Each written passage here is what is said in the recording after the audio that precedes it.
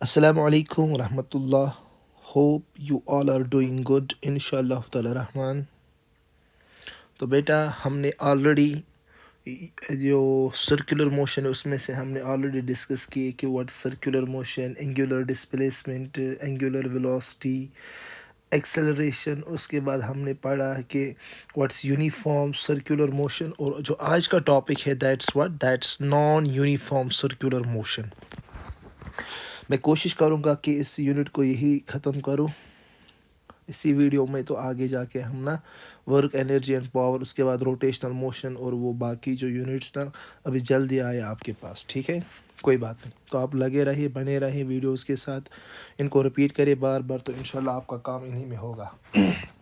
तो क्या पढ़ा बेटा हमने लास्ट टाइम? क्या पढ़ा हमने? That's non uniform this uniform circular motion. ठीक है, ओके। तो आज क्या पढ़ेंगे? That's non this uniform circular motion में आपने ऑलरेडी पढ़ा है। तो अभी हम आज पढ़ेंगे that's called as non uniform circular motion. ठीक, तो अगर हम कंसिडर करेंगे, ठीक है, तो ये कोई सर्कुलर पाथ है along which a body, what is it called, along which a body has motion, right? Okay, चलो मान लिया कि कोई बॉडी जो है that's at point A, right? Okay fine. तो इस बॉडी की अगर मैं यहाँ पर डायरेक्शन ढूंढूँ तो वो आपको ऑलरेडी पता है, the direction is always along the tangent. तो ये है क्या? डायरेक्शन। डायरेक्शन इस बॉडी की, इस ये body, this body moves with some velocity, you know, right? But during this velocity मैंने आपके साथ ऑलरेडी डिस्कस किया है कि वेलोसिटी जो है ये एक वेक्टर क्वांटिटी है। ठीक है ना? तो अगर ये वेक्टर क्वांटिटी है, ये समझना आप बस, वेलोसिटी जो है ये एक वेक्टर क्वांटिटी है। तो वेक्टर क्वांटिटी में कितनी चीज़ें होती है वेक्टर क्वांटिटी में, या कितनी चीज़ें डिफाइन करते हैं वेक्टर क्वांटिटी? एक तो होता है मैग्नीट्यूड, एक तो होता है डायरेक्शन। लेकिन in case of circular motion, in case of circular motion, direction always changes. Direction always changes because the motion is circular and the direction is at every point. In circular motion, if we have to find a direction, then we will simply draw tangent at that very point, and that tangent gives us what? That gives us the direction of that body, of that object at that very point, right? So in short में क्या है कि this circular motion में क्या है, इसमें हम direction ना वो हर एक पॉइंट पे चेंज होती है। फॉर एग्जांपल ये बॉडी एट पॉइंट ए है, तो इसकी डायरेक्शन ये है along this along the stage, and यही बॉडी पूंछी एट पॉइंट बी, तो ये है इसकी डायरेक्शन। ये बॉडी पूंछी एट पॉइंट सी, तो ये है इसकी डायरेक्शन। और ये बॉडी पूंछी एट पॉइंट डी, तो ये है इसकी डायरेक्शन। तो बेटा आपको समझ आया ही है कि सर्कुलर मोशन में बॉडी की जो डायरेक्शन है वो ऑलवेज चेंज होती रहती है।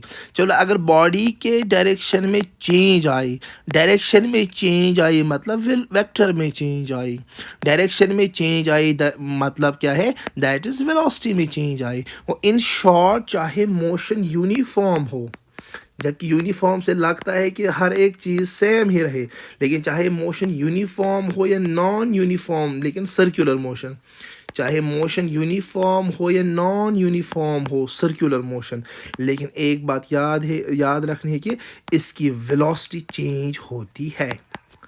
अगर नाम है भी यूनिफॉर्म या नॉन यूनिफॉर्म, लेकिन वेलोसिटी चेंज होती है। वेलोसिटी चेंज होती है मतलब क्योंकि वेलोसिटी में, फिर से रिपीट करो, वेलोसिटी वेक्टर क्वांटिटी है। चलो मान लिया हमने यूनिफॉर्म में मैग्नीट्यूड सेम रखा, लेकिन बेटा डायरेक्शन तो सेम नहीं रख सकते, डायरेक्शन तो हर एक पॉइंट पर चेंज होता रहता है। तो डायरेक्शन में चेंज दरअसल वेक्टर में चेंज आया, वेक्टर क्वांटिटी में, और यहाँ पर वेक्टर क्वांटिटी कौन से? वेलोसिटी। तो चाहे बेटा वेलोसिटी यूनिफॉर्म हो या नॉन यूनिफॉर्म हो, तो बेटा नॉन यूनिफॉर्म वेलोसिटी मोशन में भी आप एक चीज़ याद रखना, दैट्स इसकी वेलोसिटी चेंज होती है क्योंकि डायरेक्शन चेंज होती है। ठीक, लेकिन यूनिफॉर्म मोशन में आपने क्या पढ़ा? यूनिफॉर्म मोशन, ज़रा आप इस पर फोकस करो, इस पे, इस सर्कुलर जो मैंने सर्कल बनाया यहाँ पे, ये वेट करो आप, ये सर्कल, ठीक है ना? तो इसको मैं शिफ्ट करूँगा, अगर हुआ तो करूँगा।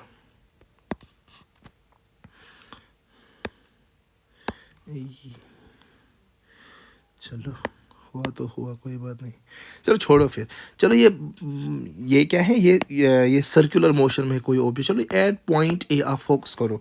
चलो मान लिया एट पॉइंट ए इस बॉडी की स्पीड जो थी that was 40 kilometre per hour. At point B, it was 40 kilometer per hour. At point C, it was 40 kilometre per hour.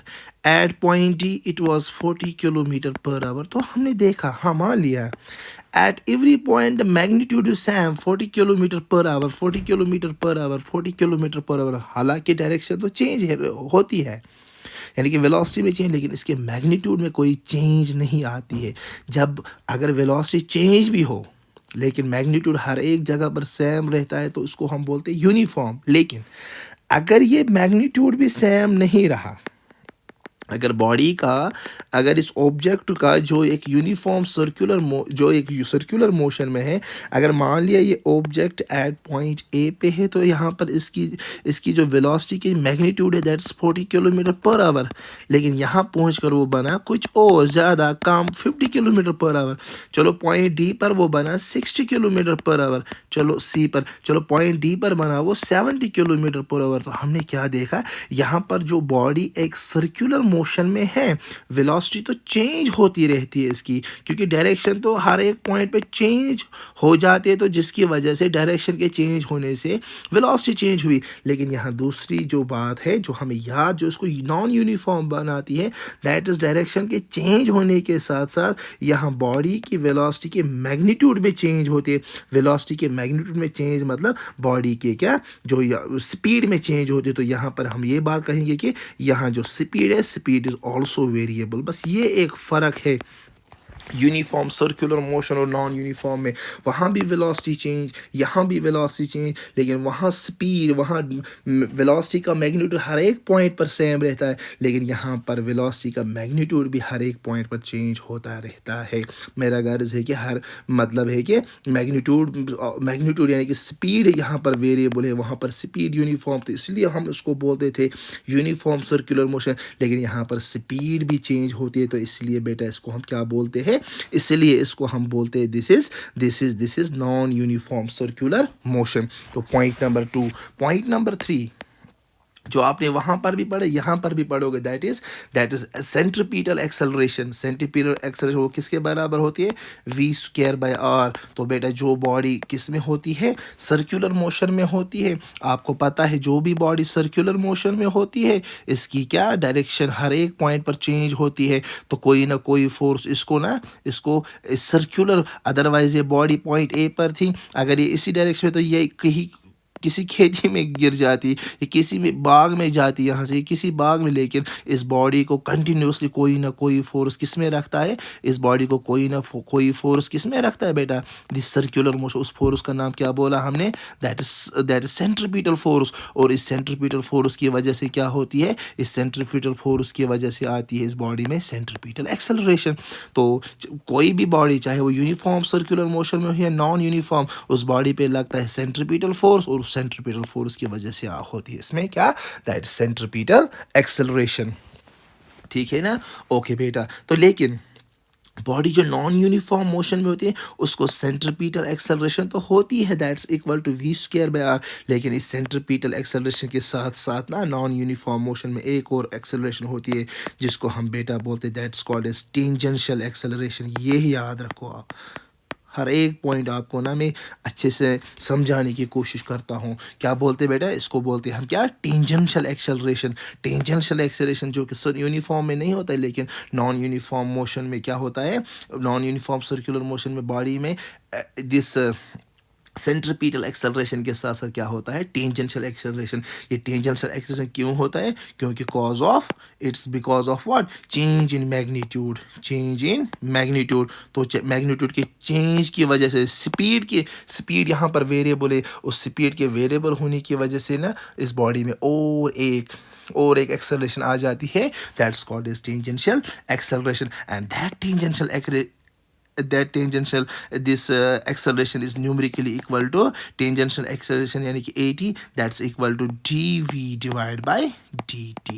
ठीक है ना। तो this is the expression for tangential थी this acceleration, ठीक है। तो जब बॉडी किस में होती है, this non uniform circular motion में, तो नॉन यूनिफॉर्म सर्कुलर मोशन में बॉडी के पास क्या होती है, that's called as tangential acceleration. Okay, तो एक एडिशनल एक्सेलरेशन होती है यहाँ पे। ग्रेट, तो समझ में आया हमें कुछ। तो ये एक बॉडी है जो नॉन यूनिफॉर्म सर्कुलर मोशन में है, ठीक है ना। तो ये बॉडी, इसमें क्या लगती है, ये वाली एक्सेलरेशन, ये टेंजेंशियल, इस एक्सेलरेशन को हम क्या बोलते हैं, this acceleration is called as tangential acceleration.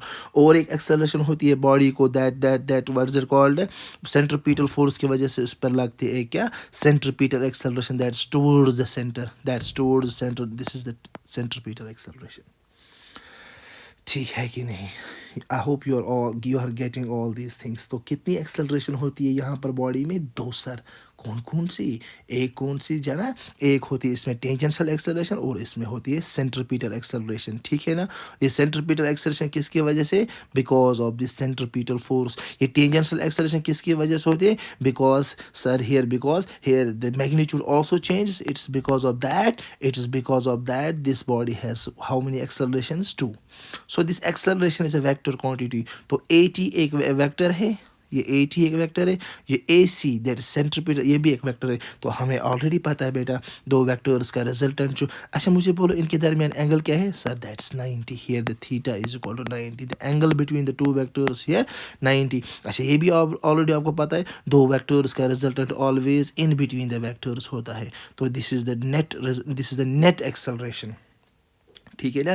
Tangential acceleration और सेंट्रीपिटल एक्सेलरेशन का ये क्या है, net acceleration that I have drawn by this, that I have shown this by this red arrow, ठीक। तो हमें पता है दो वेक्टर्स का रिजल्टेंट किसके बराबर होता है, मैं फिर से लिखूंगा, that is resultant of, general में है, resultant of two vectors is called under root of vector A square vector B square plus 2AB cos of theta between the two vectors, that's our resultant vector. तो resultant vector क्या, इसके बदले में क्या लिखो, resultant vector कौन सा है हमारे पास, ये रिजल्टेंट वेक्टर, ये क्या है असल में, इट्स रिजल्टेंट एक्सेलरेशन। तो इसको मैं लिखूँ AR। तो रिजल्टेंट वेक्टर है हमें यहाँ पर resultant acceleration, that's equal to what, vector A का square, square of first vector. What is the square of first vector? That is centripetal acceleration. What is the square of second vector? That's what, that's a tangential acceleration. And 2AB cos of theta, तो theta क्या है 90, तो ये बनेगा cos 90, तो cos 90 क्या है 0,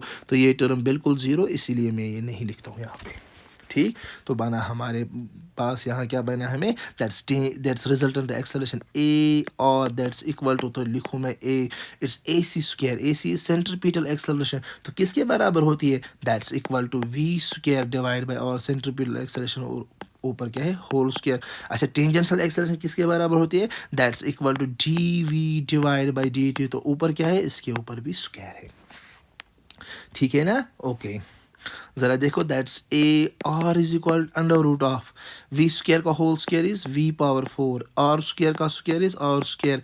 ये क्या बना यहाँ पे, ये बना हमारे यहाँ that is D square V divide by DT square. तो ये है क्या, ये है रिजल्टेंट एक्सेलरेशन, ठीक है ना। ओके, दिस रिजल्टेंट एक्सेलरेशन बेटा, this makes some angle with the centre, this makes angle some angle with the centre, let that angle is theta, let that angle is what, theta, ये angle, ये, this is the resultant acceleration, it makes angle with the center, that's what, this is what, this is theta, right. Okay, तो हम इस AT को क्या, हम AT को parallel shift करेंगे और यहाँ पर लाएंगे कोई दूसरा कलर, चलो या लो, ये AT को हमने पैरेलल शिफ्ट किया और यहाँ पर लाया, ये AT, चलो हम इसका निकालते हैं tan of theta, tan of theta, theta कौन से एंगल है यहाँ पर, this is this resultant acceleration made with this centre, ठीक है ना।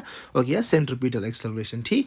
तो tan ऑफ थीटा निकाल, tan किसके बराबर होता है, that's equal to tan is perpendicular divide by base, tan is equal to perpendicular divide by base, तो tan ऑफ थीटा परपेंडिकुलर, अगर ये थीटा है तो A ऑफ टी, AT क्या बना, तो AT बना इसका क्या, perpendicular, that's tangential acceleration divide by base, तो बेस कौन सी बनी, दैट वो क्या बनी, that is centripetal acceleration.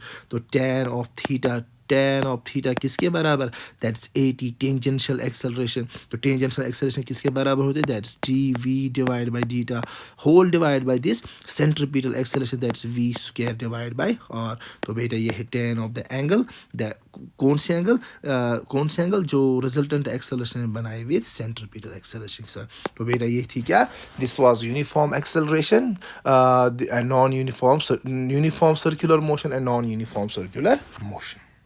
Hope you got this all. इसके बाद जो सबसे बढ़िया क्वेश्चन यहाँ पर है, सबसे बढ़िया जो आपके एग्जाम में 100% चांसेस है क्या उसके आने के, वो है क्या, वो है what centripetal force. What centripetal force, centripetal force है यहाँ पर, और उसकी क्या, उसकी ये क्या बोलते हैं ना, उसकी एप्लीकेशन, सेंट्रीपिटल फोर्स और उसकी क्या, उसकी application in the banking of roads. ठीक है, ओके फाइन। तो ये आप इंपॉर्टेंट क्वेश्चन रखना, that's what is centripetal force, what is centripetal force. तो ये आपको ऑलरेडी मैंने बोला है, centripetal force. What is the centripetal force, तो आप फिर से वही रिपीट करोगे, सर अगर कोई भी बॉडी सर्कुलर मोशन में होती है, उस सर्कुलर मोशन में बॉडी की जो डायरेक्शन है वो देता है क्या, टेंजेंट। तो यहाँ पर बॉडी थी पॉइंट ए पर, तो ये है इसकी डायरेक्शन। ये बॉडी पूछी एट पॉइंट बी पर, तो ये यहाँ की ओर जाना चाहती है। ये बॉडी पूछी एट पॉइंट सी पर, तो ये यहाँ की ओर असल में जाना चाहती है। और ये बॉडी एट पॉइंट डी पर असल में इस डायरेक्शन में जाना चाहती है, लेकिन ठीक है ना, तो ये है डायरेक्शन यहाँ पर, यहाँ की ओर, यहाँ, लेकिन ये बॉडी फिर भी अगर ये जाना चाहती है यहाँ की ओर, पॉइंट बी पर यहाँ की ओर, पॉइंट सी पर साउथ की ओर, पॉइंट डी पर ईस्ट की ओर, ठीक है ना, तो फिर बॉडी कैसी रहती है सर्कल में, ठीक है ना। तो आपको पता है इस बॉडी के जो डायरेक्शन को चेंज करता है, इस बॉडी के जो डायरेक्शन को क्या करता है, चेंज करता है, वो चेंज करने वाला एक क्या है, that's an external agency that changes, that keeps this body in circular motion. That external agency here we called as the centripetal force. तो सेंट्रीपिटल फोर्स क्या है, centripetal force is that force, it is that force, centripetal force is that force which overcomes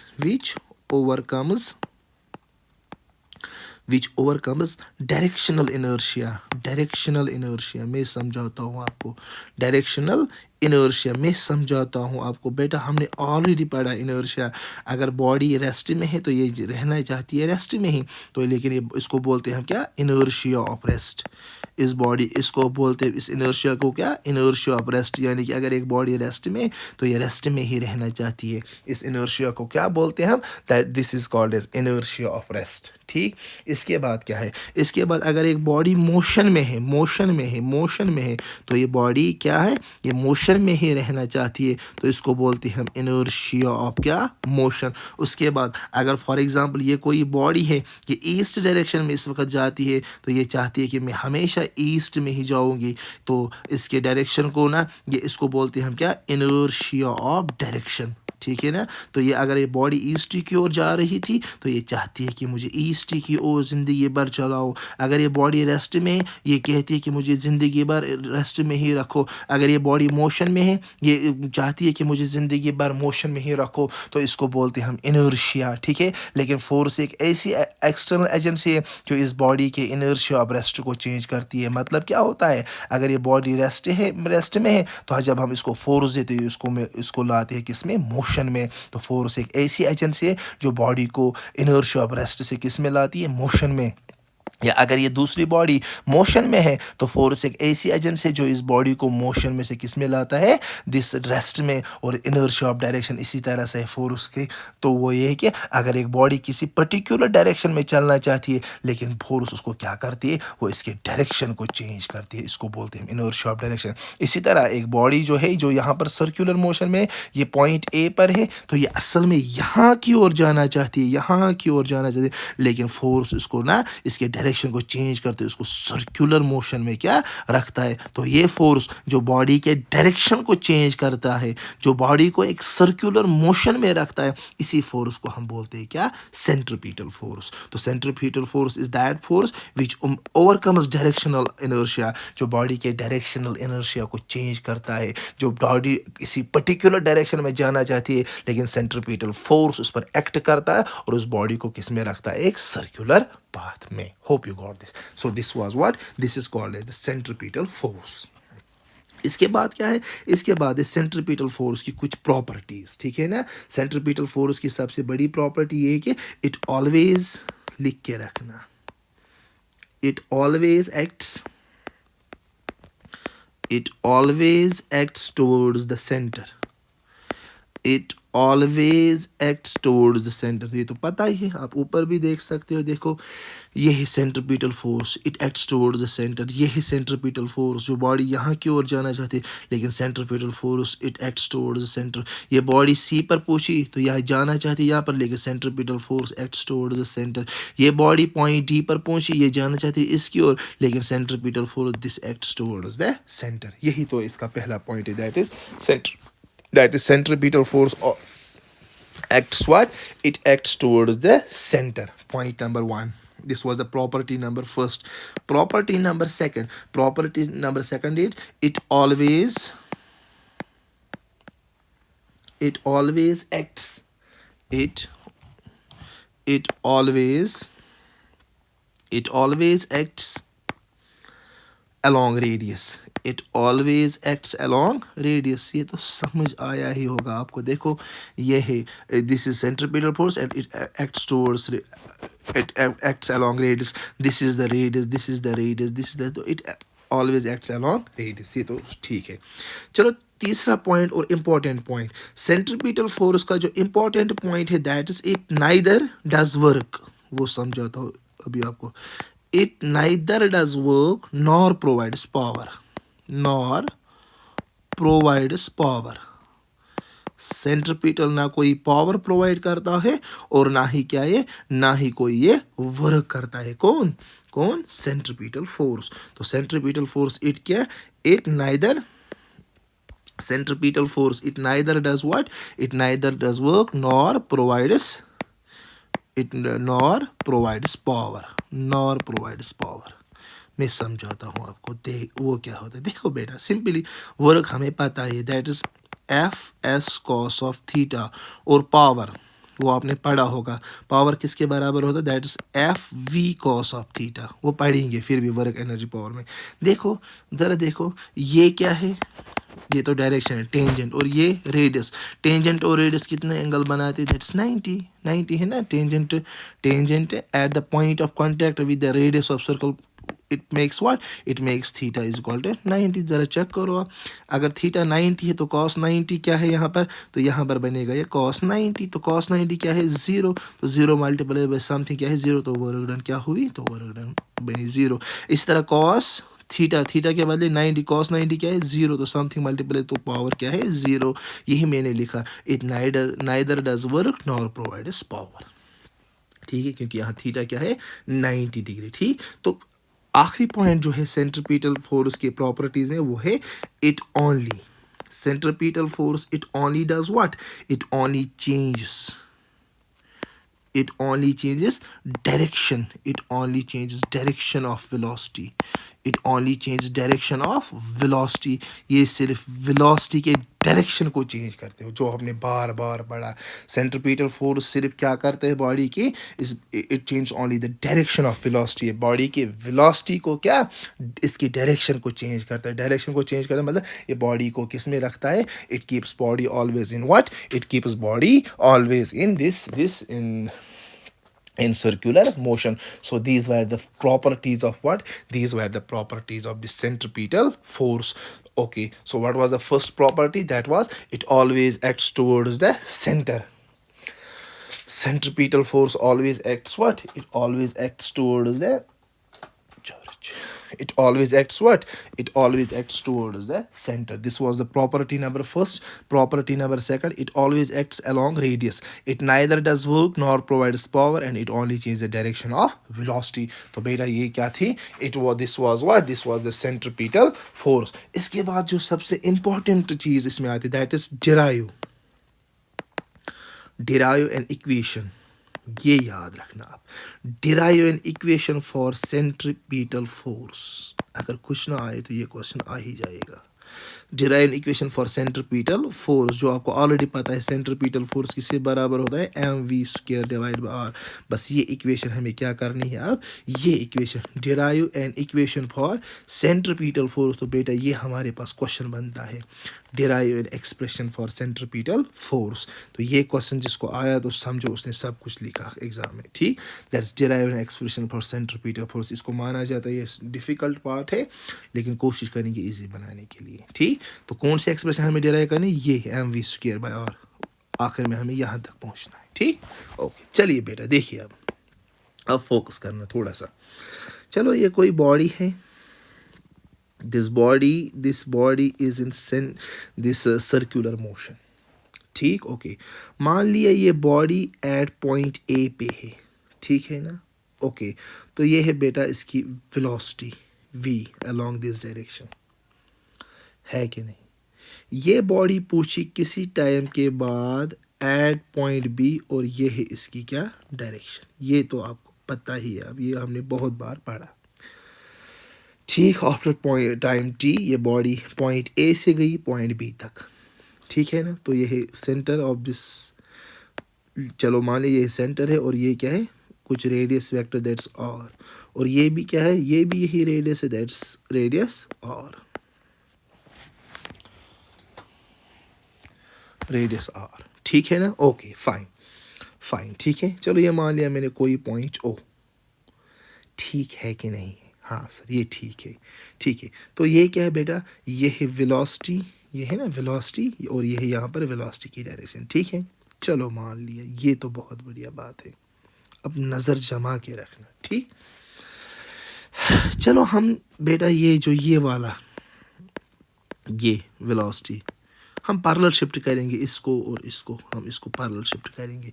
चलो मान लिया मैंने ये v, ये पहला वाला v यहाँ पे लिखा, ये v पैरेलल शिफ्ट, और इस दूसरे v को जो पॉइंट b पर, इसको मैंने ऐसे पैरेलल शिफ्ट किया. कर सकते हैं सर, कर सकते सर, ये बोलने की बात है, नहीं बोलने की बात नहीं है, फिर भी मैंने सोचा मैं बोलूँ, ठीक है. चलो सर ठीक है कि नहीं? Yes sir, this is okay. Is this really okay? Yes sir.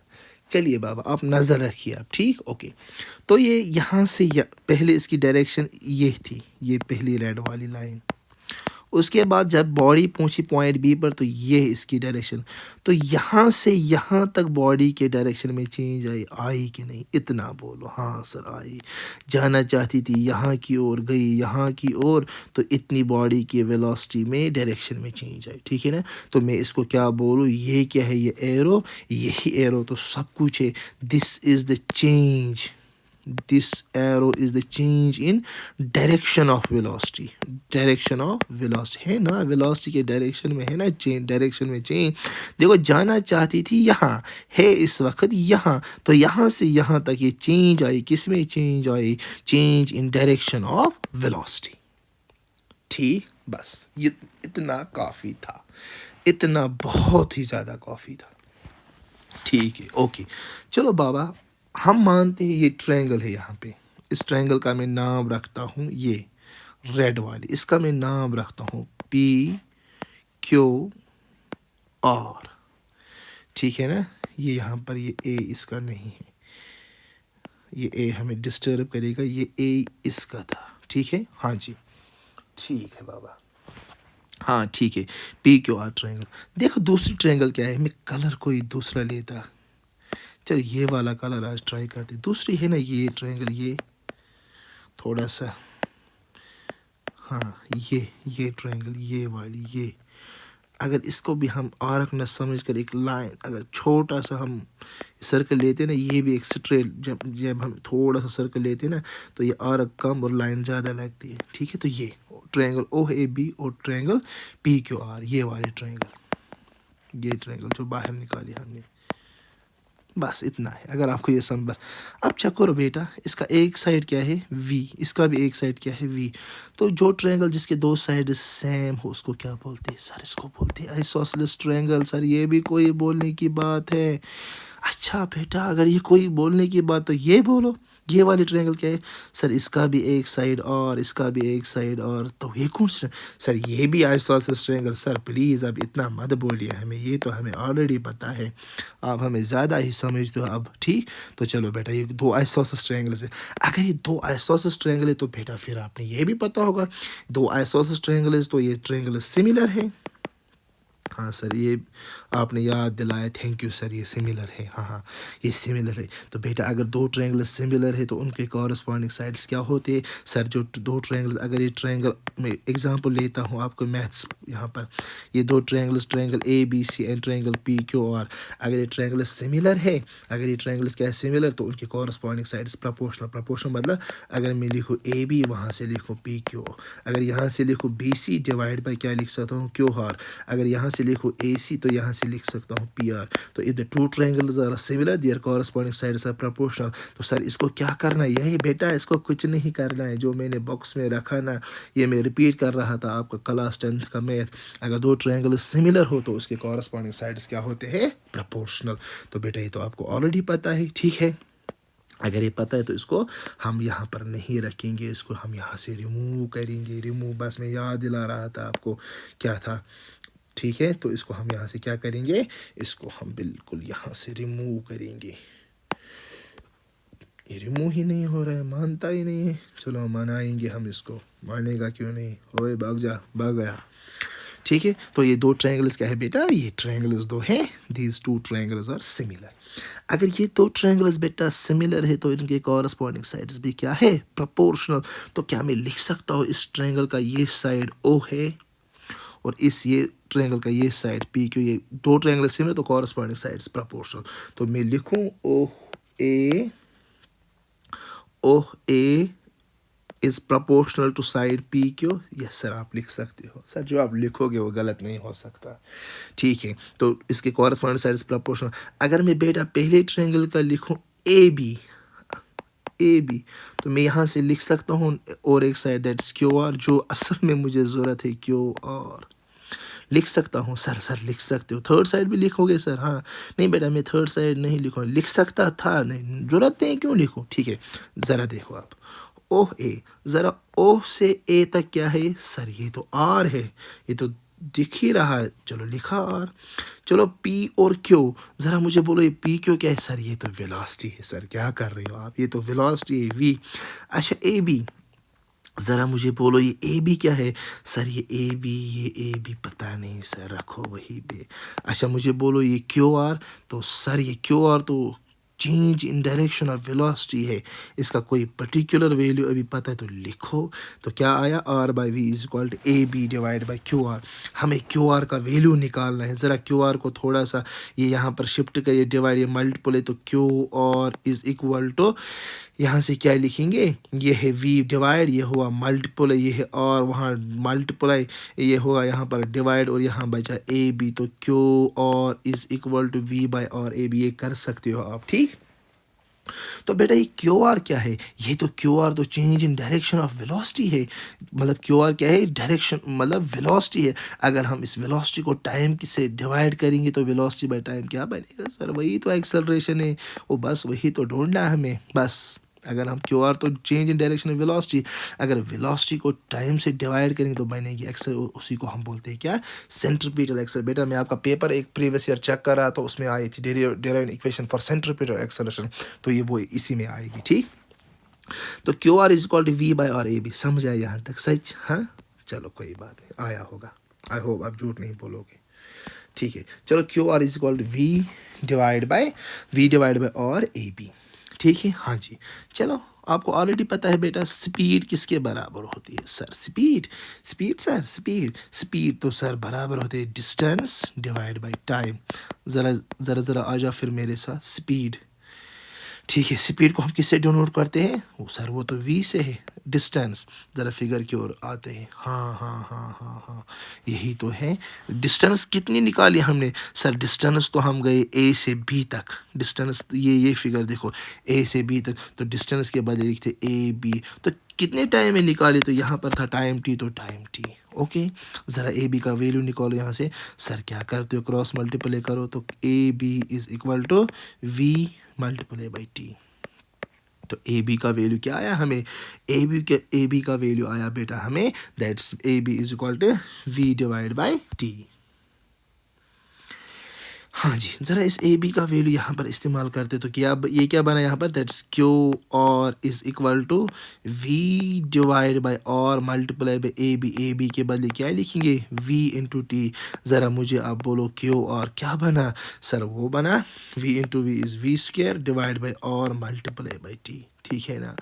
ठीक है ना? बस बस बस बस बस, थोड़ा और सब्र रखिए आप। तो बेटा ये क्यू आर यहाँ पर, ये टी यहाँ से डिवाइड यहाँ करेंगे multiple, that's Q R by T equal to V square by R. बस अभी हम बात करें what is this Q R? Sir Q R तो change in direction of velocity. तो क्यू आर तो वेलोसिटी है, तो डिवाइड बाय टाइम, तो वेलोसिटी बाय टाइम क्या होता है? सर यही तो एक्सेलरेशन होती है। और यहाँ हम इसको बोलेंगे क्या? Centripetal acceleration. तो किसके बराबर आई? That's V square divide by R. बेटा आपके प्रीवियस ईयर में एक क्वेश्चन आया था, derive an expression for centripetal acceleration, that is this A C is called V square. हाँ, V square divide by R. अच्छा बेटा, आपको जनरली पता है न्यूटन के सेकंड लॉ से, दैट इज़ वी नो। हम लिखूँगा यहाँ पर, हम लिखूँगा क्या लिखूँगा यहाँ पर? हम लिखूँगा यहाँ पर that is we know force किसके बराबर होता है? Mass into acceleration. तो यहाँ कौन सा फोर्स है? Centripetal force. कौन सी एक्सेलरेशन? Centripetal acceleration. तो centripetal force is equal to mass into acceleration. तो वो क्या है? वो एक्सेलरेशन वो तो है M V square divide by R. नहीं, इसको साफ से लिखूँगा कि इस पर मेहनत लगी, इसको लिखूँगा M V square divide by R. बेटा यही तो है सेंट्रीपिटल, क्या यही तो है हमारे पास सेंट्रीपिटल एक्सेलरेशन की एक्सप्रेशन। ठीक है, तो बेटा मुझे लग रहा है कि ये काफ़ी है इस यूनिट में से, that is uniform circular motion, non uniform circular motion, centripetal क्या? सेंट्रीपिटल दिस फोर्स क्या होता है? सेंट्रीपिटल एक्सेलरेशन की हमने डेरिवेशन की। इसके बाद आपके लिए मैं एक होमवर्क रखता हूँ, that is what? That is banking of roads. वो आप थोड़ा सा पढ़ना, बैंकिंग ऑफ रोड्स। और इसके साथ ना सेंट्रीपिटल, ये uniform circular, this circular motion आपके लिए क्या ये भी एंड होता है। तो बेटा अगर आपको सच में ना वीडियोस पसंद आते हैं, मेरी मेहनत आपको अच्छी लगती है ना, ज़रूर आप कमेंट्स में मेंशन करना दैट कि हमें पसंद है आपकी ये वीडियोस, आप बनाते रहे। और ज़रूर बेटा अगर आपको पसंद है तो शेयर और सब्सक्राइब ना ज़रूर करता, इससे सच में ना थोड़ी सी हिम्मत मिलती है। फिर take care, wish you all the best, bye.